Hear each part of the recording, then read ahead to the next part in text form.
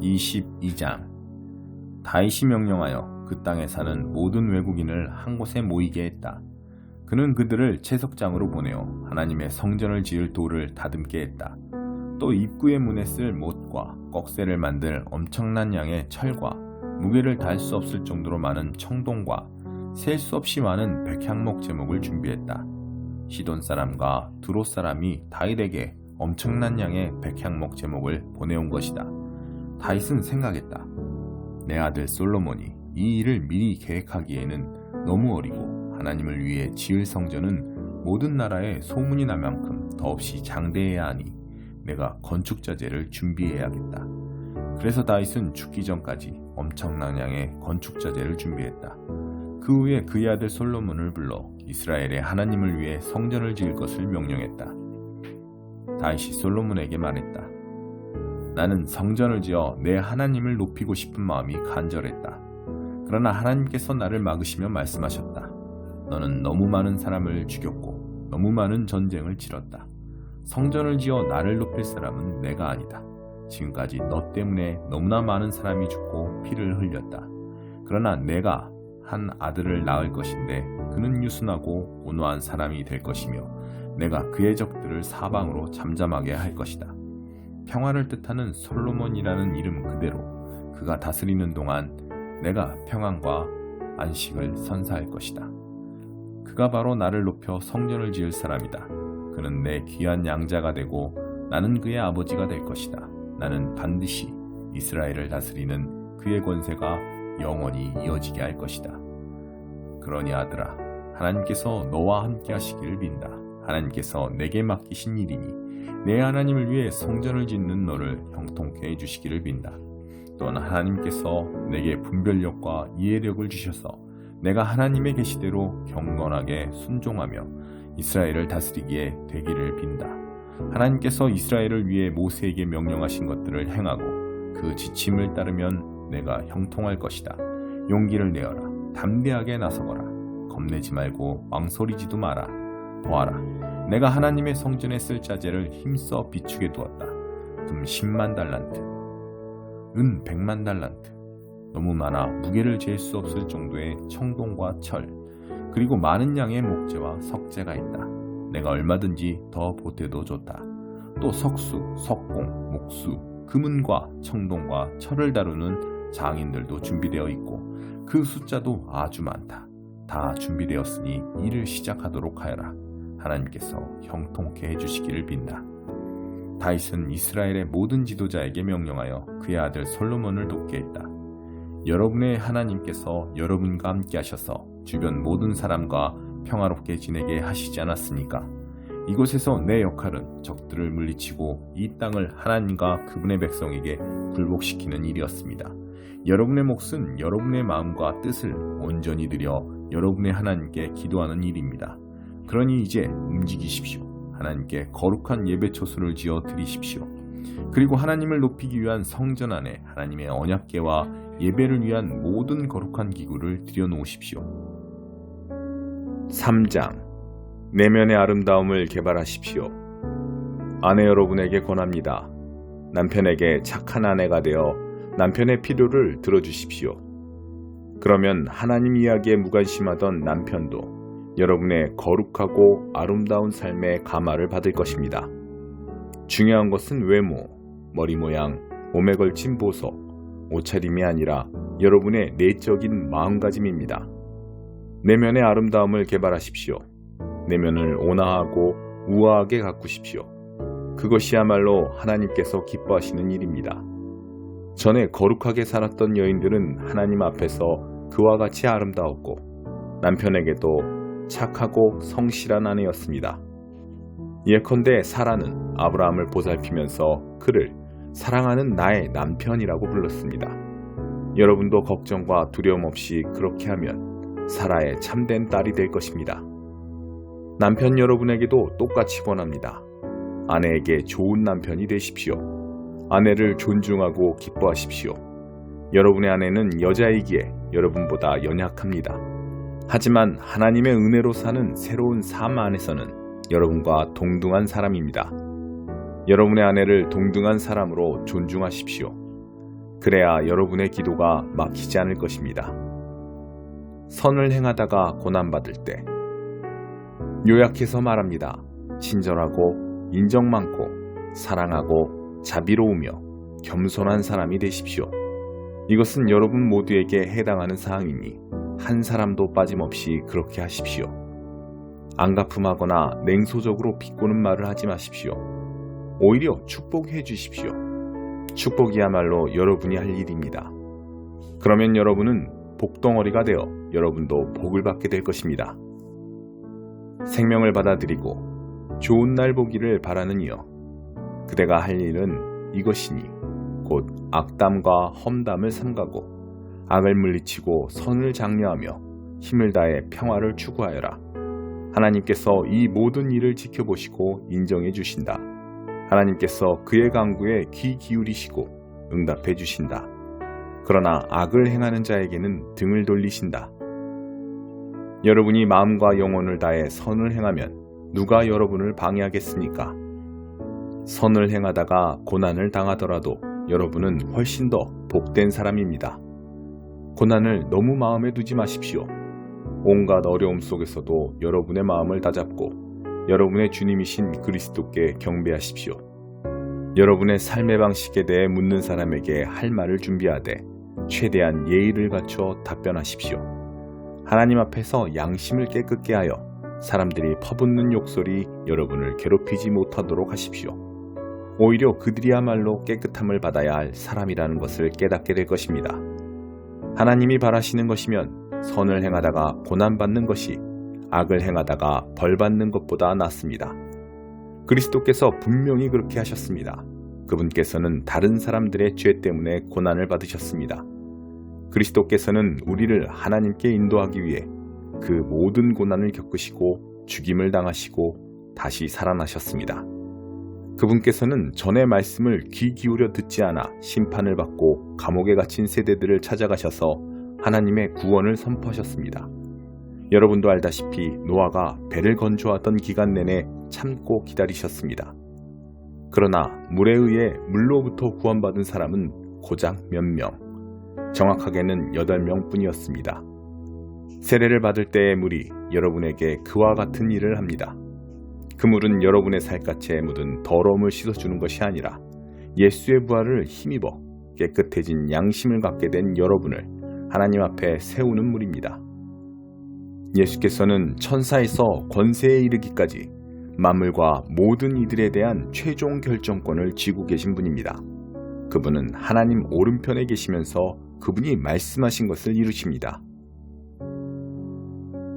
미가 1장. 모레셋 사람 미가에게 임한 하나님의 메시지다.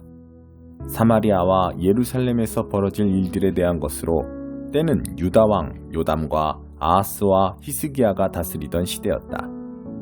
사마리아와 예루살렘을 애도하다. 백성들아, 너희는 들어라. 땅과 그 위에 있는 모든 자들아, 들어라. 주 하나님께서 너희와 맞서 증인으로 나서신다. 주께서 성전에서 나오신다. 보아라, 하나님께서 오신다. 처소에서 나오신다. 내려오셔서 산과 언덕 사이를 활보하신다. 산들이 그분 발 아래 으깨지고 골짜기들이 쪼개진다. 바위산이 자갈더미가 되고 강 골짜기는 채에 물 빠지듯 허물어진다. 이 모든 것이 야곱의 죄 때문이다. 이스라엘 가문의 잘못 때문이다. 야곱이 대체 무슨 죄를 지었기에 하고 너희가 묻느냐?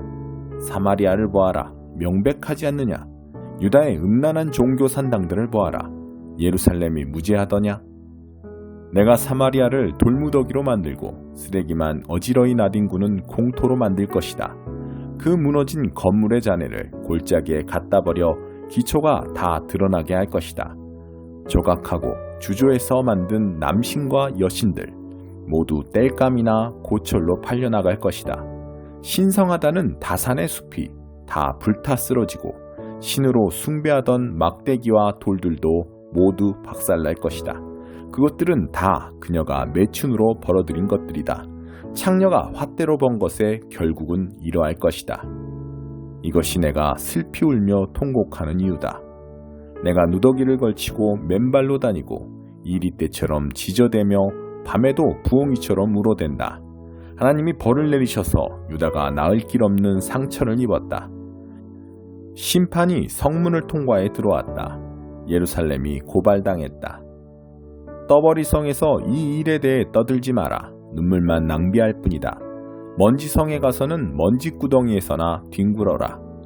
경보성에도 경보가 울렸다. 탈출성의 시민들도 결코 살아나오지 못할 것이다. 최후 생존성아, 슬피 울어라. 생존자 하나 없을 것이니. 쓴 성의 주민들, 달콤한 평화를 기다리지만 다 헛된 것이다. 하나님의 혹독한 심판이 임하여 평화성에 들이닥쳤다. 전차성에 사는 너희, 전차를 타고 모두 내뺀다. 너희는 시온의 딸들을 꿰어 하나님 대신 전차를 믿게 만들었다. 이스라엘도 같은 죄를 지었는데 너희가 출발점이다. 작별성에 가서 작별 선물이나 주어라. 신기루성이 손짓했다만 이스라엘 왕들에게 실망만 주었다. 상속성이 상속을 잃어버리고 말았다. 영광성이 영광의 끝을 보고 말았다. 귀중한 마을을 잃어버린 너희, 통곡하며 머리를 들어라. 거이알처럼 머리를 밀어라. 모두 다 사로잡혀 갔다. 다시 돌아오지 못할 것이다. 10장 이리떼 가운데 있는 어린 양. 그 후에 주님께서 70명을 뽑으시고 앞으로 그분이 가시려는 모든 성읍과 지역으로 그들을 둘씩 짝지어 보내셨다. 예수께서 그들에게 당부하셨다. 추수할 것이 이토록 많은데 추수할 일손은 얼마나 적은가. 그러니 추수할 일손을 보내달라고 추수의 하나님께 무릎 꿇고 기도하여라. 가거라. 그러나 조심하여라. 이것은 위험한 일이다. 너희는 이리떼 가운데 있는 어린 양들 같다. 짐을 가볍게 하고 다녀라. 빛과 칫솔이면 된다. 그 이상은 필요 없다. 길에서 만나는 모든 사람과 노닥거리거나 잡담하지 마라. 어느 집에 들어가든지 그 가족에게 평화를 빕니다 하고 인사하여라. 그들이 너희의 인사를 받아들이면 그곳에 머물러도 좋다. 그러나 받아들이지 않거든 인사를 거두고 나오너라. 억지로 하지 마라. 한 집에 머물면서 거기서 주는 음식을 먹어라. 일꾼이 든든한 새끼 식사를 하는 것이 마땅하다. 동네에서 음식 솜씨가 좋은 사람을 찾아서 이 집 저 집 옮겨 다니지 마라. 어느 성읍에 들어갔는데 너희를 받아들이거든 그들이 차려주는 것을 먹고 병든 사람은 누구나 고쳐주며 하나님 나라가 바로 너희 문 앞에 있다고 말하여라. 어느 성읍에 들어갔는데 너희를 받아들이지 않거든 거리로 나가서 이렇게 말하여라. 우리가 너희한테서 얻은 것이라고는 우리 발의 먼지뿐이다. 이제 그것마저 돌려주겠다. 너희는 하나님 나라가 바로 너희 문 앞에 있었다는 것을 알고 있느냐? 심판날에 차라리 소돔이 너희를 거부한 성읍보다 나을 것이다. 고라시나 화가 있을 것이다. 벳세다야 화가 있을 것이다. 너희에게 주어진 기회의 절반만 두로와 시돈에게 주어졌어도 그들은 오래전에 무릎 꿇고 회개하며 자비를 구했을 것이다. 심판날에 두로와 시돈이 너희보다 견디기 쉬울 것이다. 가버나움아, 네가 하늘까지 높아질 것 같으냐? 다시 생각하여라. 너는 지옥으로 굴러떨어질 것이다. 너희 말을 듣는 사람은 곧 내 말을 듣는 것이다. 너희를 거부하는 사람은 곧 나를 거부하는 것이다. 그리고 나를 거부하는 것은 나를 보내신 하나님을 거부하는 것이나 마찬가지다. 70명이 의기양양해서 돌아왔다. 주님, 귀신들조차 주님의 명령대로 따랐습니다. 예수께서 말씀하셨다. 나도 안다. 사탄이 하늘에서 번갯불처럼 떨어지는 것을 내가 보았다. 내가 너희에게 무엇을 주었는지 알겠느냐? 너희는 뱀과 전갈을 밟고 걸어도 무사히 지날 것이며 원수의 공격에도 보호받을 것이다. 아무도 너희를 건드릴 자가 없을 것이다. 그러나 위대한 승리는 악을 다스리는 너희의 권세에 있지 않고 너희를 다스리시는 하나님의 권세와 너희와 함께 하시는 그분의 임재에 있다. 너희가 하나님을 위해 하는 일이 아니라 하나님께서 너희를 위해 하시는 일, 바로 그것이 너희가 기뻐해야 할 제목이다. 그때 예수께서 성령으로 한없이 기뻐하셨다. 하늘과 땅의 주인이신 아버지, 이것을 다 아는 체 아는 사람들에게 숨기시고 천진난만한 초보자들에게 보여주시니 감사합니다. 그렇습니다, 아버지. 아버지께서는 이렇게 하기를 기뻐하셨습니다. 나는 아버지에게서 이 모든 것을 받았습니다. 오직 아버지만이 아들이 누구인지 아시며 오직 아들만이 아버지가 누구신지 압니다. 아들은 자기가 원하는 사람 누구에게나 아버지를 소개할 수 있습니다. 그러고 나서 예수께서 제자들에게 따로 은밀히 말씀하셨다. 너희가 지금 보고 있는 것을 보는 눈은 복이 있다. 많은 예언자와 왕들이 너희가 지금 보는 것을 보고 너희가 지금 듣는 것을 들을 수만 있었다면 자신의 오른팔이라도 내놓았을 것이다. 하지만 그들은 희미하게라도 보지 못했고 속삭이는 소리조차 듣지 못했다. 강도 만난 사람의 이웃. 그때에 어떤 종교학자가 일어나 예수를 시험하는 질문을 던졌다. 선생님, 제가 무엇을 해야 영원한 생명을 얻겠습니까? 예수께서 대답하셨다. 하나님의 율법에 어떻게 기록되어 있느냐? 너는 그것을 어떻게 해석하느냐? 그가 말했다.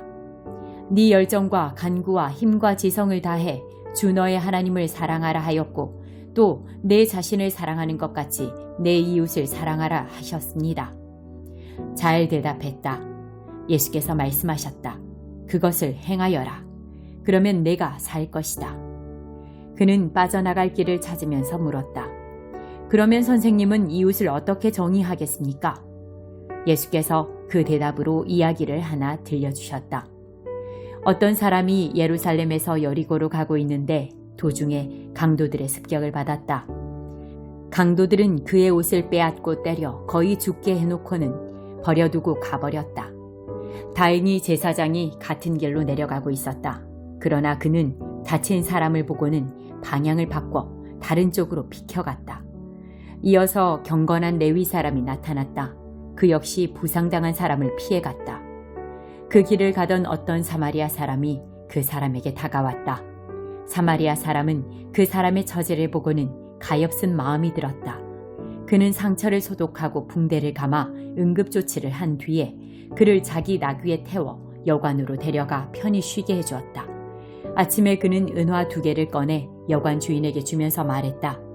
이 사람을 잘 돌봐 주십시오. 비용이 더 들면 내 앞으로 계산해 두십시오. 내가 돌아오는 길에 갚겠습니다. 너의 생각은 어떠냐? 3사람 가운데 누가 강도 만난 사람의 이웃이 되었겠느냐? 종교학자가 대답했다. 친절을 베푼 사람입니다. 예수께서 말씀하셨다. 너도 가서 똑같이 하여라. 마르다와 마리아. 계속해서 길을 가다가 예수께서 한 마을에 들어가셨다.